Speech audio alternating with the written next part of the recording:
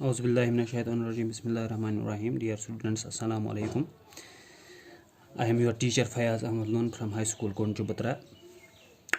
Today I am going to teach the social science of class 8th, and our topic is agriculture. A part of this chapter has already been covered in the online class, and today we will discuss the next part of the chapter. This is the chapter 4 of your textbook. तो online class में हमने क्या पढ़ा था, थोड़ा सा उसको remind करते हैं. उसमें हमने पढ़ा था कि एग्रीकल्चर जो है, it is the art, it is the science and art of cultivation on soil. दूसरा हमने पढ़ा था कि एग्रीकल्चर जो है ये प्राइमरी एक्टिविटी है. It is a primary activity. Primary activity वो एक्टिविटी होती है which is concern with the production and extraction of natural resource. ये भी हमने पढ़ा था कि जो ये एग्रीकल्चर है, it is a systematic process in which we use inputs, then we do certain operations on the agricultural land, then we get output. Inputs जो हम इस्तेमाल करते हैं, they are seeds, then fertilizers, labor, capital, etc. Operations क्या करते हैं, हम पहले प्लोइंग करते हैं, उसके बाद हम सोइंग करते हैं, then irrigation, then weeding and harvesting. ये सब करने के बाद हमें आउटपुट मिलता है. आउटपुट हमें मिलता है in the form of crops, poultry, dairy products, dairy etcetera. ये हमने पढ़ा था. ये भी पढ़ा था कि जो ये एग्रीकल्चर है इसको हम फार्मिंग भी कहते हैं, और फार्मिंग की मेनली दो किस्में हैं. There are two types of farming. First is the subsistence farming, second is the commercial farming. Subsistence farming, it is that type of farming in which the whole produce is consumed by the farmer's family. जो भी produce होता है वो farmers की जो family होती है सारा कंज्यूम खुद के लिए ही वो ये क्रॉप्स कल्टिवेट करते हैं. और कमर्शियल क्रॉपिंग वो क्रॉपिंग होती है जिसमें हम क्रॉप्स कल्टिवेट करते हैं फॉर सेल इन मार्केट. इसमें हम खुद की कंजप्शन के लिए, सेल्फ कंजप्शन के लिए क्रॉप्स कल्टिवेट करते हैं सब्सटेंस फार्मिंग में, और इसमें हम कंजप्शन के लिए नहीं बल्कि सेल के लिए, फॉर सेल इन मार्केट, ये क्रॉप्स प्रोड्यूस करते हैं. तो सब्सटेंस फार्मिंग के हमने दो टाइप्स पढ़े थे. First is the intensive substance farming, subsistence. Second is the primitive subsistence.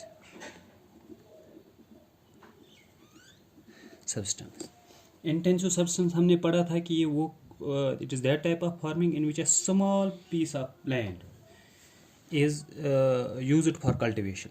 और cultivation में हम क्या करते हैं, उसमें हम यूजुअली हाउसहोल्ड लेबर इस्तेमाल करते हैं, household labour,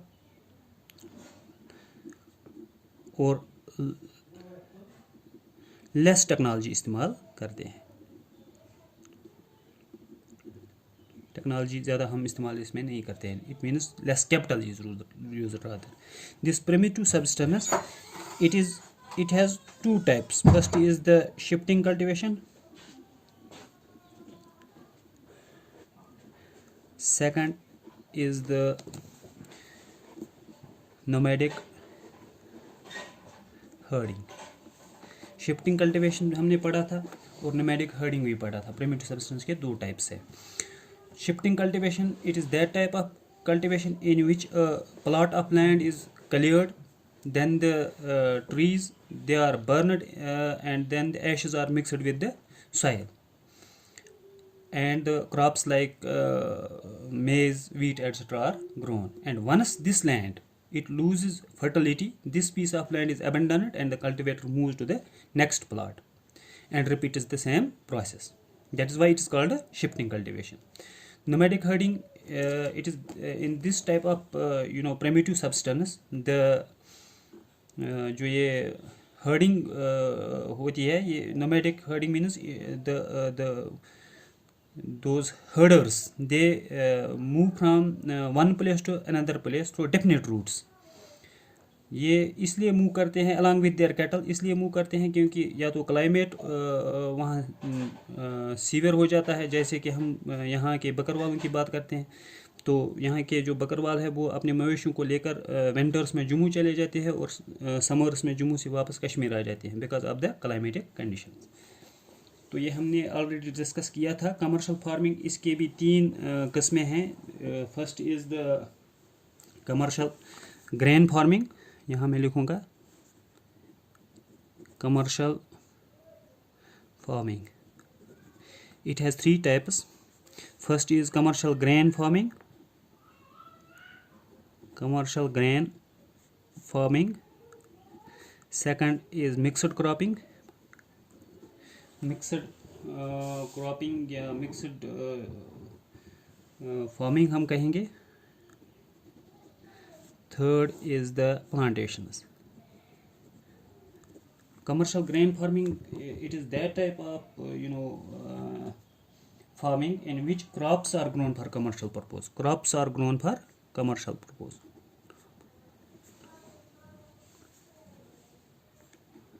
For commercial purpose. कौन से क्रॉप्स इसमें ग्रो होते हैं? फर्स्ट राइस, वीट भी हो सकता है एटसेट्रा. दीज राइस, वीट या क्या कहते हैं इसको, maize etc. they are grown for commercial purpose, not for consumption, self consumption. They are grown for sale in market. Mixed cropping में क्या होता है? इसमें land is used for growing food and fodder crops. Used for growing food and fodder. दोनों एक ही land पे हम ये कल्टिवेट करते हैं. और प्लांटेशन में क्या होता है? It is a type of commercial farming in which a single crop of tea, coffee, rubber, cotton, etc. are grown. तो डिफरेंस क्या है इसमें कमर्शियल क्रॉपिंग और दिस सब्सटेंस फार्मिंग में? The only difference is that in case of commercial cropping the land holdings are large and in case of subsistence farming the land holdings are less. In case of commercial cropping the capital used is large and in case of subsistence farming we use less capital. So let us discuss the major crops now. Major crops of the world. तो major crops of the world कौन कौन से major crops है? पहला rice है, wheat, maize, then we have cotton, jute, coffee, tea. ये major crops हैं. इनको हम एक एक करके डिस्कस करेंगे. पहले जिस cotton and jute they are called fibre crops. Fibre crops why? Because they are grown for the fibre. इनसे फाइबर निकलता है और इस फाइबर से हम क्लॉथ्स बनाते हैं. These tea and coffee they are called the beverage crops. Beverage means drinks other than water. जो हम पानी के बगैर जो बाकी जो ड्रिंक्स लेते हैं उनको हम कहते हैं beverage. So tea and coffee they are called beverage crops and cotton and jute they are called fibre crops. Let us take these crops one by one. Rice, इनमें हम 3 पॉइंट्स पर कंसंट्रेट करेंगे। पहला, क्लाइमेट, किस किस्म के climate में ये क्रॉप्स कल्टीवेट होते हैं। दूसरा, टाइप ऑफ सॉइल। तीसरा, मेजर प्रोड्यूसर्स, कौन कौन से मेजर प्रोड्यूसर्स है दुनिया में। क्लाइमेट, राइस जो है it is the major crop of the world. सबसे ज़्यादा कल्टीवेट राइस ही होता है। It is the staple crop for different regions of the world. Staple crop means which is taken routinely. जैसे हमारे लिए ये स्टेपल क्रॉप है, हम इसको रूटीनली खाते हैं, सुबह लंच में भी और डिनर भी। It is the staple crop for different regions in the world. अब हम क्लाइमेट की तरफ आते हैं। राइस को कल्टीवेट करने के लिए हमें हाई टेम्परेचर की ज़रूरत होती है, हाई ह्यूमिडिटी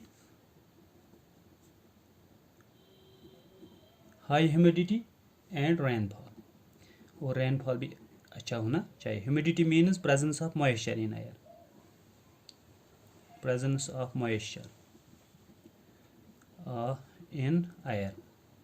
तो क्लाइमेट, किस क्लाइमेट में ये कल्टीवेट होता है। High temperature, high humidity and high rainfall. So now coming to the type of soil, it grows best in alluvial soil, clayey soil. Now alluvial soil क्या होती है। alluvial soil is loose unconsolidated soil deposited by surface water, यथ कश्मीर पे मुद छ वनान। loose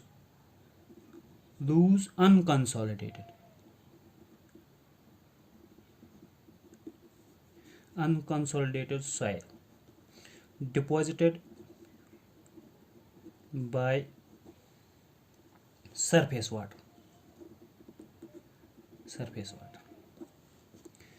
So the major producers of rice in the world are China,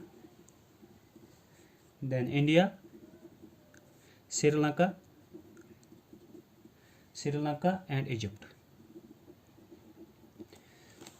So we are discussing the major crops of the world. First we have rice. It is the major crop of the world. It is a staple food for people of different regions. It grows best in high temperature, high humidity and high rainfall type of climate, and it grows best in alluvial clay soil. The major producers of rice are China, India, Sri Lanka and Egypt. Now let us discuss wheat. ये 3 चीज़ें आपको याद रखनी है। First, climate, type of soil and major producer. So wheat जो है, इसके लिए किस टाइप का क्लाइमेट हमें चाहिए। इसके लिए हमें चाहिए moderate temperature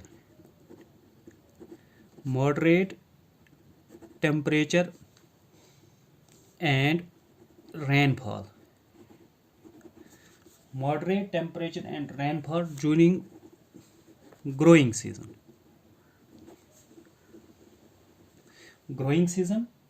and bright sunshine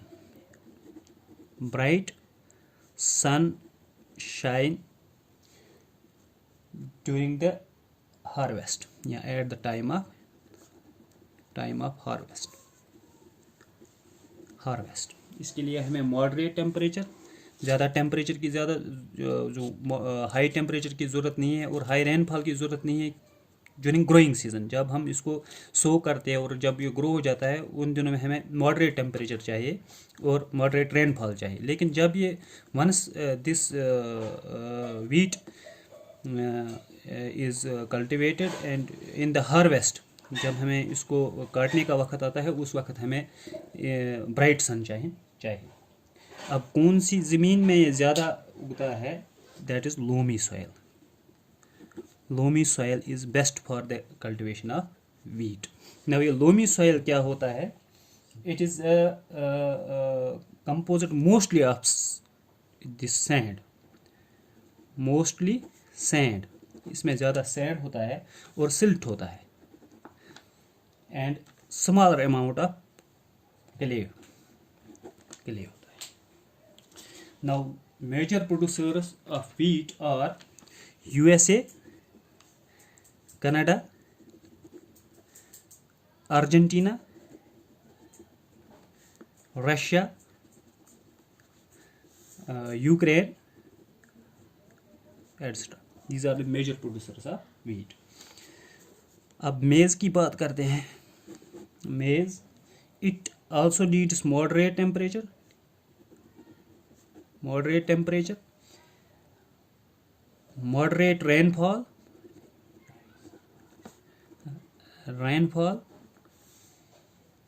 and bright sunshine.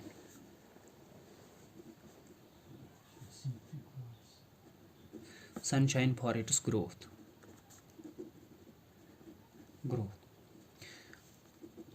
It needs well drained fertile soil.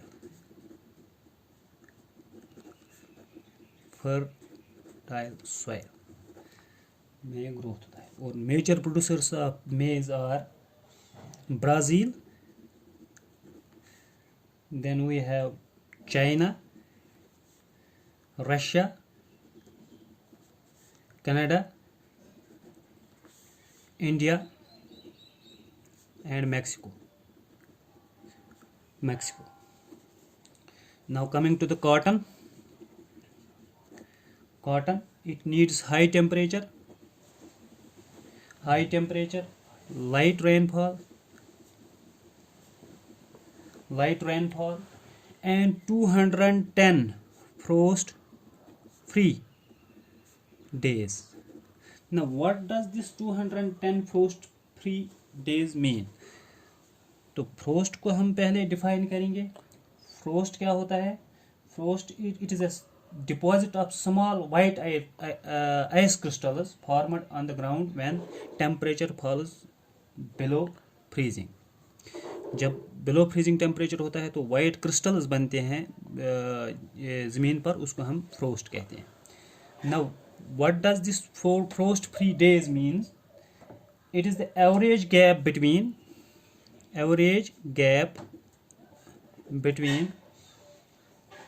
last frost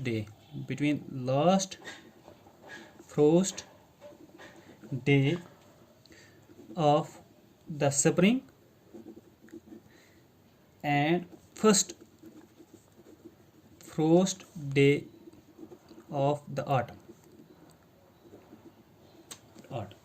spring का जो लास्ट फ्रोस्ट डे होता है, स्प्रिंग के बाद समर आता है, उसके बाद ऑटम आता है और उसके बाद विंटर आता है.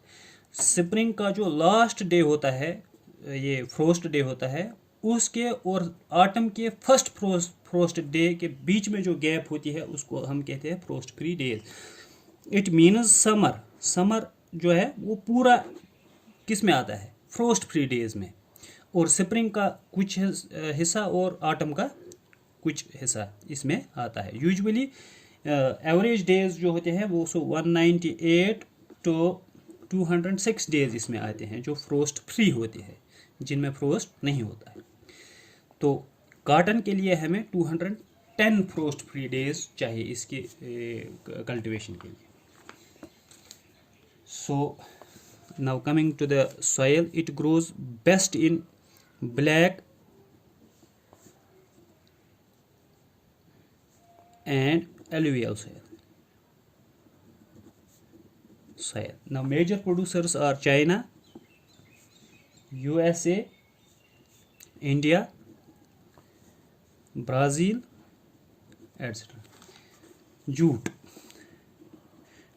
it is also called golden fiber,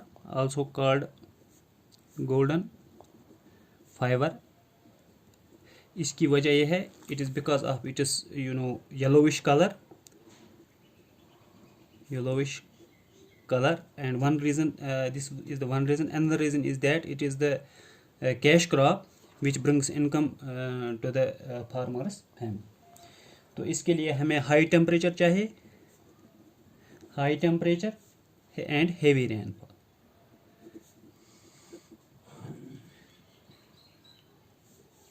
तो major producers are India and Bangladesh.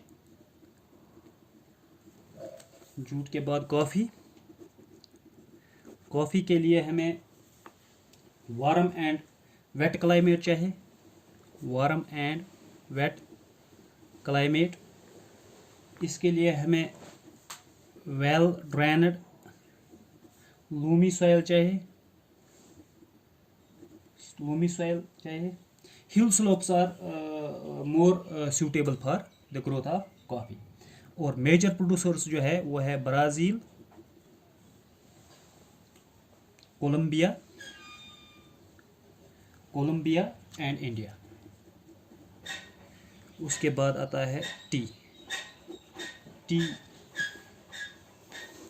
T के लिए हमें कूल क्लाइमेट चाहिए, कूल क्लाइमेट। और इसके लिए हमें वेल ड्रेनड लूमी सॉइल चाहिए,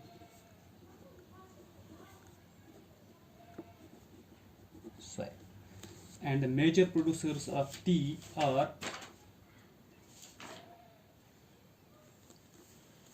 India. Major producers of tea are India, China, Kenya, Sri Lanka, etc. These were the major crops of the world. Now let's come to the agricultural development. Agricultural development. What does this agricultural development mean? It means the efforts made to increase the crop production.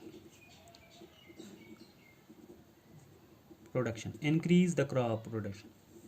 Efforts made to increase the crop production to meet the growing needs of growing population. जैसे कि आपको पता है कि population दिन ब दिन बढ़ती जाती है और हमारे पास जो लैंड है वो फिक्स्ड है। In order to meet the needs of this growing population, we have to increase the crop production. वो हम कैसे कर सकते हैं? हमारे पास 2-3 तरीके हैं जिनसे हम ये क्रॉप प्रोडक्शन इंक्रीज कर सकते हैं। पहला तरीका है इंक्रीजिंग द क्रॉप्ड एरिया। अगर हम क्रॉप्ड एरिया जिसको हम अरेबल लैंड कहते हैं, क्रॉप्ड एरिया को हम अगर इंक्रीज करेंगे, सपोज 100 कनाल से ले इंक्रीज करेंगे 200 canal, it means we can produce more crops. So first is to increase the cropped area. लेकिन इसको इंक्रीज करने के लिए हमें या तो डिफॉरेस्टेशन करनी पड़ती है या जो हमारा जो लैंड दूसरे यूज में है उसको हमें शिफ्ट करना पड़ता है फॉर एग्रीकल्चर यूज। दूसरा तरीका क्या है?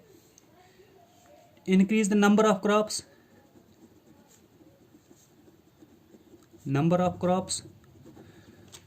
हम नंबर ऑफ क्रॉप्स इंक्रीज करेंगे। जैसे कि हम यहाँ देखते हैं कश्मीर में हम सिर्फ एक ही क्रॉप कल्टीवेट करते हैं, राइस। अगर हम इसके बजाय 2 क्रॉप्स कल्टीवेट कर देंगे, in winter we will cultivate wheat and in summers we will cultivate rice. It means if we will cultivate more crops per year, then we can increase the crop production to meet the growing needs of the population. Third is improving irrigation facility. Irrigation facilities को हम improve करेंगे क्योंकि बहुत जो ऐसे भी areas हैं जहां हमें लेस प्रोड्यूस हासिल होता है because of lack of irrigation facilities. अगर हम इरिगेशन फैसिलिटीज़ को अच्छा बनाएंगे उससे हम क्रॉप प्रोडक्शन इंक्रीज कर सकते हैं। And fifth is use of fertilisers and high yielding variety of seeds. This is more important. हम सीड्स ही ऐसे तैयार करेंगे जिनसे हमें ज़्यादा प्रोड्यूस मिलेगा। जैसे कि हमने देखा इन 1970s इंडिया में ग्रीन रिवोल्यूशन आया।